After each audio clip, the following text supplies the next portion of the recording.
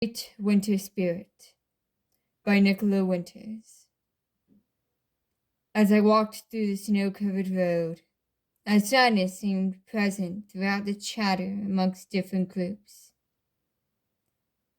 as they discussed disagreements which destroyed many families.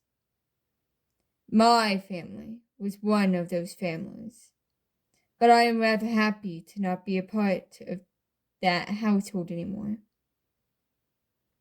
They weren't exactly good parents, or at least towards me. My sister didn't have the best experience with them, but she has had a easier time and more time to set up a steady branch and not a nest before she leaves the nest.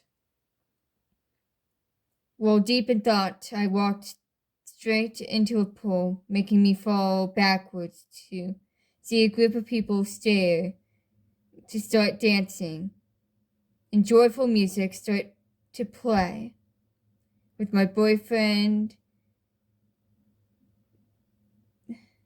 smack dab in the middle, leading the way.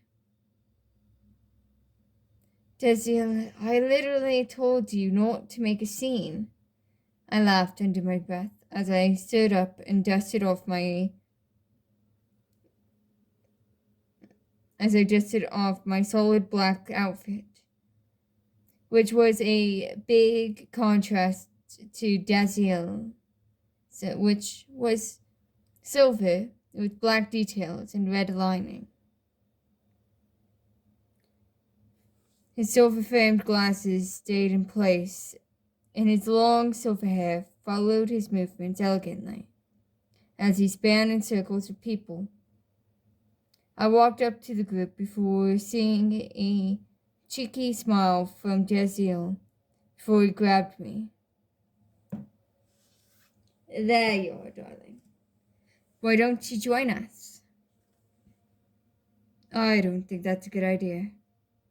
I'd probably mess it all up, I said, pulling my hand away from his. There's no way to mess up dancing, and if you'd like, I can lead, he said, taking my hand and pulling it to his soft lips before kissing it. Will you grace me with this dance? I just don't know. I don't want to mess anything up, I said, unsure. Michael, stop being a wimp and dance with your man, I heard Emily shout from the crowd, making my face become warm and probably rival the shade of red Dazeil wore. He leaned over close enough to kiss me. I kissed him and got a surprised look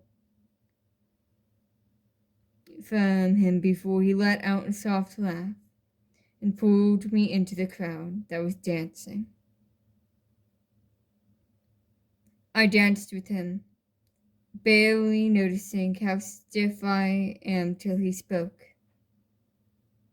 Love, please loosen up some.